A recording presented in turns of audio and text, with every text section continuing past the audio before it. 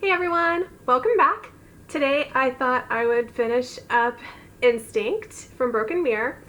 If you remember, Ray, who was born into a family of werewolves, was on sort of a weekend getaway with her friends to a secluded cabin in the forest, and they're followed by her brother and his best friend, and they're trying to get her back into the pack.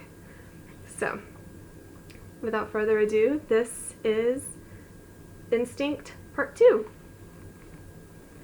After a night blessedly absent of further incident, we awake to bright streams of sunlight glittering on a blanket of fresh snow.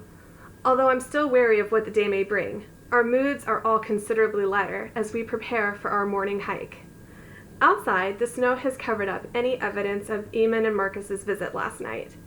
While I do consider that a blessing, it also leaves no indication of where they may be. If they are around, they're far enough to be outside of my earshot. Though I resolve not to fully let my guard down, I don't want to let thoughts of my brother and Marcus ruin the remainder of my weekend. Almost as soon as we step beyond the barriers of the forest, Lindy scoops up a snowball and tosses it at Tad. She misses, and the snow explodes in a cloud of shimmering snow against a tree. But Tad still takes it as an act of war. Within seconds, snowballs are flying back and forth between the two. Hunter and I are laughing on the side until a stray snowball hits Hunter in the ear. "Oh, it's on," he exclaims as he too reaches down and grabs a snowball. I don't want to be the only one missing out on the fun, so I take a small pile of snow and mold it into a perfect ball. Almost immediately, the snow begins to melt in my hands, so I toss it as quickly as I can. "Ow, son of a..." Tad yelps, grabbing the back of his shoulder where my snowball made contact with supernatural speed and force. I gasp. "I am so sorry, Tad," I say. In my moment of haste, I hadn't taken the time to remind myself I wasn't among my fellow wolves. "That was you?" Tad asks. "Geez, Ray, you've got a heck of an arm." "Ow." "Tad, you're wearing like 3 layers. She can't have hit you that hard," Hunter remarks. "Dude, I'm not kidding you. I think I'm gonna have a bruise." "I am so sorry," I apologize again. "It's not your fault. Tad's just being dramatic," Hunter assures me. "You think I'm being dramatic? You stand there and let your girl hurl one at you." "Babe, stop it. It was just an accident and you're making her feel bad," Lindy says to Tad. "Come on, let's just go explore." As we set off into the woods, Hunter wraps an arm around my shoulders and asks, "Are you okay?" "Yeah, I'm fine. I just hope Tad's okay." "Oh, please, he's fine. He takes harder hits than that every afternoon at football practice. You just startled him, that's all." "Okay, good," I smile. My relief is short-lived, however, as the sound of crunching snow and snapping twigs from the east catches my attention. I'm sure it's nothing. Probably a rabbit or a deer, or perhaps a fellow hiker. And yet, I know they're here. Eamon and Marcus are out there somewhere. And if they're not watching us right now, they have to at least know that we left the cabin. Now that I think about it, I wouldn't put it past them to break in while we're away. Before I have time to dwell, however, Lindy screams. I look ahead to see 2 large wolves, white as the virgin snow, crouched down and poised to attack. These wolves aren't like us. They're ordinary animals, but they've been influenced by the supernatural. Our elders have never been able to figure out the connection between the common wolf and our pack. There are theories, of course. One is that we're not, in fact, humans cursed by the moon to transform into wolves, but rather we are wolves who walk around in human skin, and that only the full moon reveals our true nature. The why, the how, the history, none of that is important now. All that matters is that these wolves are here for a reason. "Stay behind me," Hunter tells me, but I don't listen. Instead, I take a few tentative steps forward and look the larger wolf in the eye. We don't communicate with words, but I can see, or perhaps more accurately sense, what Eamon and Marcus have communicated to him. Threat, danger, protect, attack, kill. "No!" I exclaim loudly. The wolves snarl and snap at me in response. The larger one steps forward. "Ray, what are you doing?" Lindy hisses. Come on, listen to me," I whisper, desperately hoping that I can communicate to these creatures that they've been misled by the 2 wolves they met earlier. "We pose no threat, no danger. We're going to leave peacefully. Please don't attack. Please let us live." But they've already decided. "Run," I tell my friends. They remain frozen in their tracks. "Run!" And so we run. And the wolves pursue, growling and snapping at our heels. We duck and dodge trees and low limbs. Out of the corner of my eye, I see Lindy's burgundy scarf dancing around her dark hair as she runs. A dead, crooked tree branch snags the scarf, pulling Lindy backwards into a snowbank as the wolves close in. "Lindy!" I cried out. "Please, please, not her." The wolves must sense my plea because they don't attack her. They simply stand over her, growling and drooling and baring their teeth.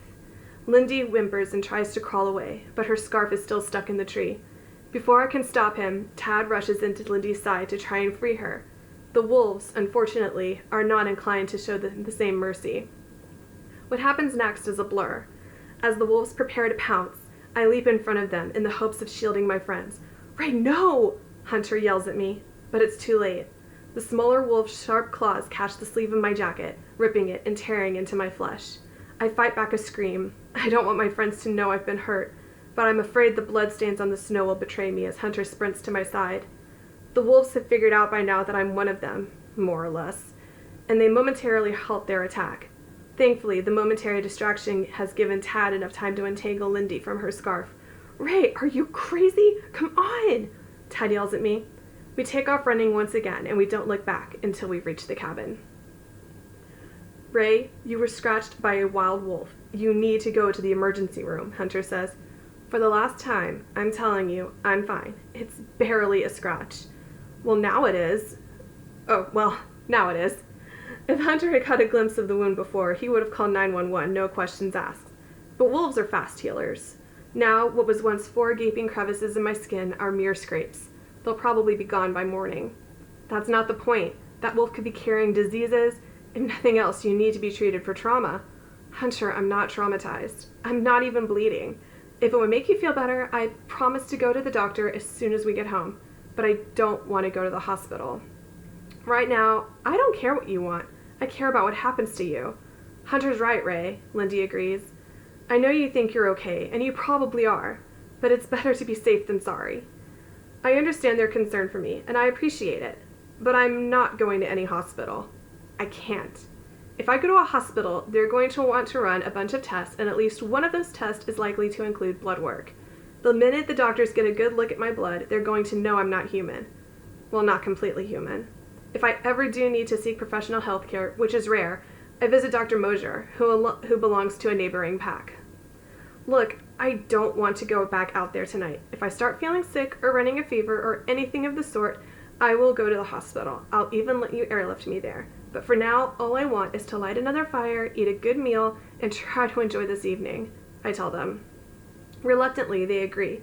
And although I can tell that they're still worried, slowly, surely, we all begin to relax.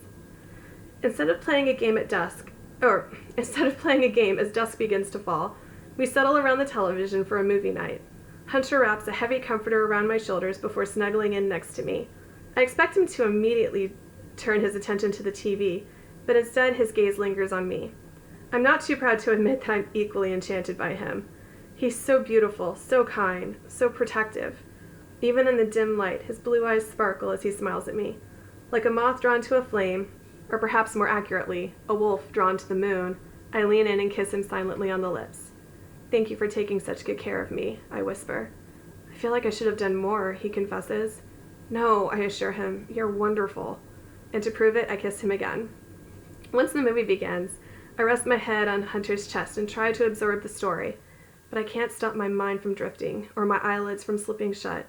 In spite of a rather trying day, it's easy to find comfort and peace in Hunter's warm embrace. The next thing I know, I'm being stirred from sleep by a distant howl, too far for my friends to hear. Terrified that it might be Eamon and Marcus, a cold knot begins to form in my stomach.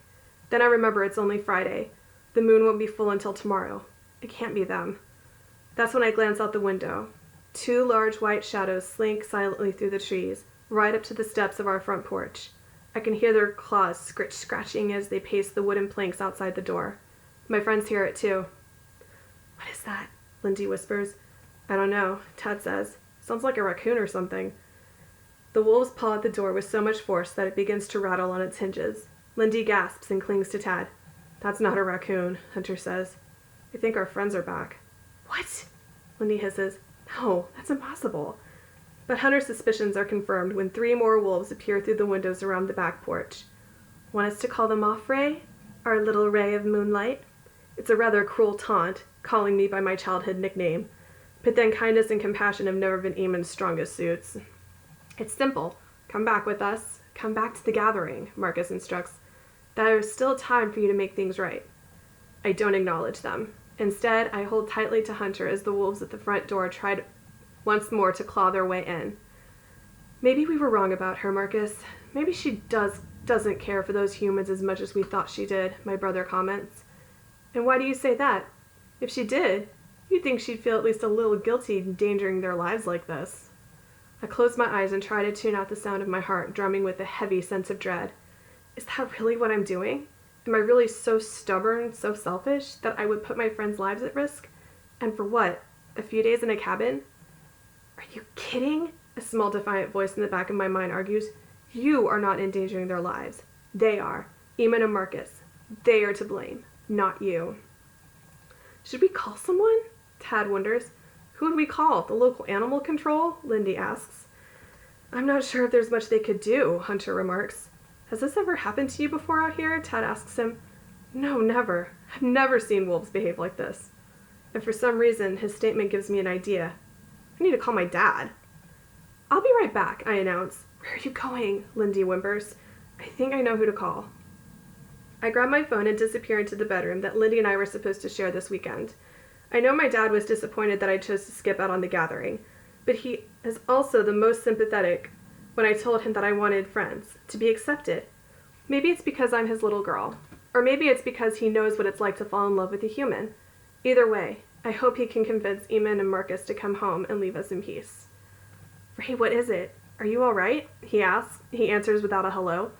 My dad isn't exactly what you'd call a phone person. Wolves are surprisingly anti-technology. I guess they think that deep and dark creatures of the night shouldn't have to rely on human gadgets or something. It's a little irritating. Yeah, Dad, I'm fine, but I was hoping you could help me with something. Well aware that I sound like a spoiled toddler tattling on her older brother, I tell my father everything. And what do you want me to do? My father asks. Tell them to stop. Dad, they're out here harassing us, tormenting my friends, sicking wild wolves on us. Come on, we've never considered humans the enemy. This behavior is just, well, it's wrong. Very well. I will summon Eamon home. He and Marcus should be home for the blood moon tomorrow night anyway. As should you. The words are unspoken, but I hear them nevertheless. Thank you, Dad. Ray, my father speaks my name in a tone that suggests I'm not going to like what he has to say. I know you think you found acceptance among these humans, but promise me you won't forget who your true allies are, who you truly are. No matter how much you like them, you know you will never really belong with them. Okay, I murmur, hoping he can't hear the quiver in my voice. I hate crying, and I especially hate crying in front of wolves. It's considered a weakness, a vulnerability, an admission of defeat, and wolves never admit defeat. I don't mean to upset you. I just don't want you getting too attached. You belong with your own kind, Ray, and I don't want to see you get hurt. I know how difficult it is for him to admit this. Displays of affection, even words of affirmation, are not his forte. But I guess it's nice of him to try. I know, Dad. Thanks. It takes another hour before the wolves finally begin to retreat. But once they're gone, a new sense of peace and relief settles over the cabin. Although Tad and Hunter agree to keep watch for any strange activity outside, eventually we settle back in for our movie night. And this time, as I wrap my arms once again around Hunter's strong torso, I can't help but smile. It's over. It's finally over. Saturday, our final full day at the cabin, is perfect. Tomorrow we'll be packing up and driving back home, but tonight I can only bask in my own sense of unadulterated bliss. I don't think I've ever had more fun than I've had today. Although we didn't wander too far from the cabin, we enjoyed almost a full day outside, sledding and building forts and taking selfies in the snow. I don't want to think about leaving tomorrow. I'm not ready to return to my normal life. Thankfully, as Hunter reminds me, we'll still have each other, and we have everything to look forward to, including prom. But for now, as the sun begins to set, Hunter and Tad are hard at work preparing the outdoor grill for our final dinner here in the woods, while Lindy and I gather wood for the campfire. Do you know how to build a fire? Lindy asks. Yeah, my dad taught my brother and me when we were kids. Outdoor survival skills are essential for wolf pups. Sorry, I can't seem to read today. You don't talk about your family all that much. Yeah, well, there's a reason for that, I sigh, lifting several logs that would probably be too heavy for an average girl my size. I'm sorry, Ray. We don't have to talk about it. I'm just glad you're here now. I'm glad we're friends. I am too, I smile. It's only then that I sense we're no longer alone. Terrified that Eamon and Marcus may have returned, I turn swiftly toward the woods. In the distance, I see a man, dressed in a heavy brown coat and boots. Immediately, I recognize him as the man from the local convenience store, the one who claims to have seen a werewolf. But what is he doing all the way out here? Evening, girls, he greets us. Lindy recoils nervously as he approaches us. I don't mean to scare you or anything, but I was patrolling the area and I caught a whiff of whatever y'all are cooking out here. Smells mighty tasty. Thank you, Lindy answers. Don't worry, it ain't asking to stay or nothing. I just wanted to stop by and warn y'all not to stay out after dark. He says, After dark? Why? Lindy wonders. Clearly she didn't overhear his conversation about the supposed wolf man. Because tonight's the full moon, young lady, and you don't want to be out here in these woods when that moon begins to shine. Lindy glances at me, unsure of what to say. Thank you, sir. We'll keep that in mind, I promise him. But something in my voice must give me away, because his eyes linger on me for a fraction of a second longer than they should. You know, don't you? He asks. I'm sorry? You know what's out there. You've seen them too, haven't you? I don't know what you... The wolves. Wolves? Lindy squeaks. The man turns his attention back on her. That's right, girlie. The wolves. The werewolves. Yes, we were followed by a pack of wolves last night. Came right up to our front door, Lindy tells him. And immediately, as though he suspects something, his gaze flashes back to me. But they weren't werewolves, I stammer. I hate using that word. Werewolf. It's considered a derogatory term in our pack. They were just wolves. Just ordinary wolves. There ain't nothing ordinary about these woods, not when the full moon is on the rise, the man growls. Anyway, I best be letting you girls get back to your dinner. Sorry if I scared you. Just please, be aware. We will, sir, we promise. As soon as he walks away, Lindy mutters, That was so weird. Yeah, is all I can say. You don't think he's right, do you? What? I asked, trying my best to sound incredulous. No, of course not. Nothing but fairy tales and superstitions. And I hope she believes me, because I'm not so sure I would if I were her. After a delectable dinner of burgers and grilled potatoes, we are full and content. Lindy's jitters have subsided, and we all agree that it's finally time to make some s'mores. Are you ready for this? Hunter asked me with an adorably cheeky grin as Lindy and Tad retreat back to the cabin to retrieve the graham crackers, chocolates, and marshmallows. I was born ready. That is a bald-faced lie. The new voice sends a sickening chill right through my very core. Startled, Hunter turns to see Eamon and Marcus emerging from the shadows of the forest, dressed in nothing but old tattered jeans. Then again, Eamon continues, the truth doesn't exactly come easy to you, does it, Ray? What are you doing here? Hunter asked, leaping to his feet. Why don't you ask your girlfriend? Marcus says.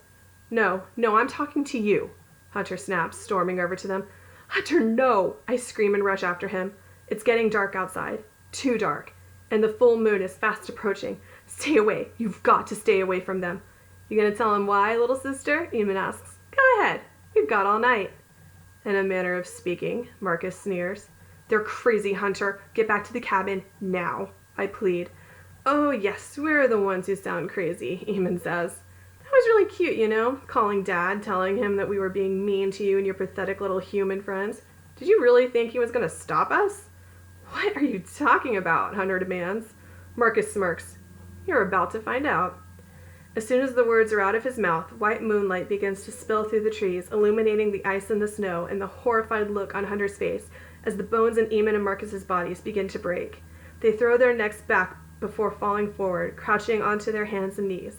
All the while they grimace and moan, all but howling in the unforgiving light of the moon. Run, Hunter, run, I beg him. But it's too late. Their transformation is complete. There is no way to escape them. Hunter's only hope is for the wolves to show him mercy. Hunter, stunned by what he's just witnessed, remains frozen where he stands. This can't be happening, he murmurs. Run, I scream. Finally, he hears me. He takes off in a mad dash back toward the cabin. Marcus gives me one last icy look. I swear I can see a sick, twisted smile on his wolfish face, reminding me that while his body may be that of a wild animal, his mind is still as monstrously human as they come. What happens next is a blur. I see Hunter running with all his might through a nightmare that he should never have had to face in the waking world. I see my brother and Marcus, their tails swishing in the moonlight as they leap into action. I don't have time to think about whether they mean to scare or to kill. Acting purely on instinct, I dart after them. But even at my strongest, I'm nowhere near as powerful or as fast as Eamon and Marcus. That's when I see the man, the stranger from earlier. Instantly, a wave of gratitude and relief washes over me. He's safe. Hunter's safe. But then I see the gun, its sleek silver body reflecting the bright, eerie glow of the blood moon. No! He doesn't hear me. None of them do. The man pulls the trigger, and the world around me explodes in a blinding flash of white light and a deafening bang. Terrified, I crumple to the ground, shielding my ears and squeezing my eyes shut in a desperate attempt to block everything out, and a cowardly attempt to protect myself. Even after the chaos dies down and a haunting stillness settles over the scene, I don't look up. Only the howl of a lone wolf, one so mournful that it pierces my heart, compels me to open my eyes.